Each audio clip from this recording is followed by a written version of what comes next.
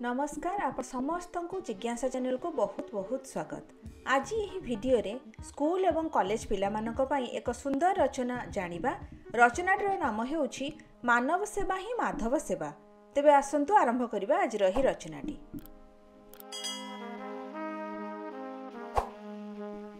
उपक्रम परोपकारायः स्वर्गायः। संस्कृतर एही कालजयी प्रवाद भारतीय संस्कृति रे निस्वार्थपर सेवार महत्व को प्रकाश करे। यह एही गभीर सत्य को रेखांकित करे जे प्रकृत आनंद एवं आध्यात्मिक उन्नति अन्य मानक साहाय्य करिबारे निहित अछि। जेपरि एक नदी प्रतिदान रे किछि न खोजी अगणित प्राणी तृष्णा मेंटाए, सेहीपरि अन्य मानक कल्याण पाई उत्सर्गीकृत जीवन एक दिव्य यात्रा होई जाए।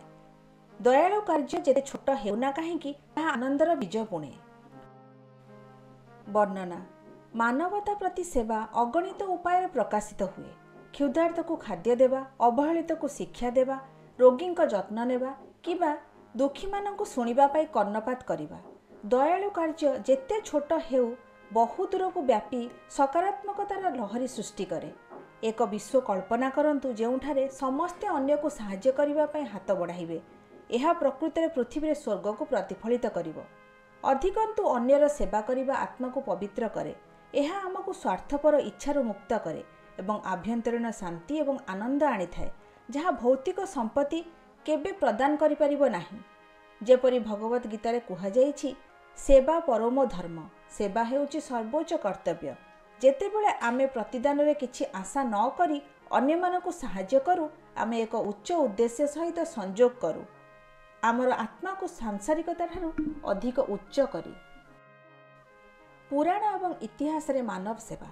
पुराण एवं इतिहास रे सन्थ दार्शनिक एवं ज्ञानी व्यक्ति माने एही भावना को प्रतिफलित करिसेंती। भगवान बुद्ध मानव दुख दूर करिबा पई तांको जीवन उत्सर्ग करथिले। महात्मा गांधी को मतरे निज खोजिबार सर्वोत्तम उपाय होछि अन्य मानक सेवारे निजको हजाई देबा। एहार अर्थ हेउछि मानव जीवन भौतिक संपत्ति किंबा व्यक्तिगत सफलता माध्यम रे नुहे, बरम अन्य मानक प्रति दया एवं निस्वार्थपर सेवा माध्यम रे एहार प्रकृत उद्देश्य हासिल करे। करुणार प्रतीक मदर टेरेसा दुखी एवं रोगी सेवा पाई तांको अस्तित्व उत्सर्ग करथिले। से कहिथिले, आमे समस्ते महान काम करि परिबा नाही, किंतु आमे महान प्रेम सहित छोट छोट काम करि परिबा। एपरि शब्द गुड़िक प्रत्येक सेवा कार्य पछरे उद्देश्य एवं प्रेमर गुरुत्व को प्रतिफलित करे। भारतर अवहेलित वर्ग, दारिद्र्य, कुपोषण एवं निरक्षरता एबे मध्य गुरुत्वपूर्ण विश्वस्तरीय समस्या होई रहिछि। विशेषकर भारत में विश्वर अनुन्नत जनसंख्यार एक बड़ अंश वास करे। दारिद्र्य ह्रास उल्लेखनीय प्रगति सत्वे भारत में प्राय 16% लोक अत्यंत दारिद्र्य वास करुछन्ति। 4.5 कोटी भारतीय शिशु कुपोषणर शिकार हेउछन्ति। भारत एबे मध्य गंभीर साक्षरता समस्यार सम्मुखीन हेउछि। एहार साक्षरता हार 77%। तेणु आमे निजर सामर्थ्य अनुसार अवहेलित वर्ग पाई निजर आयरु किछि भाग दान करिबा सह सेमानकर शिक्षा तथा उन्नति पाई प्रचेष्टा करिबा आवश्यक।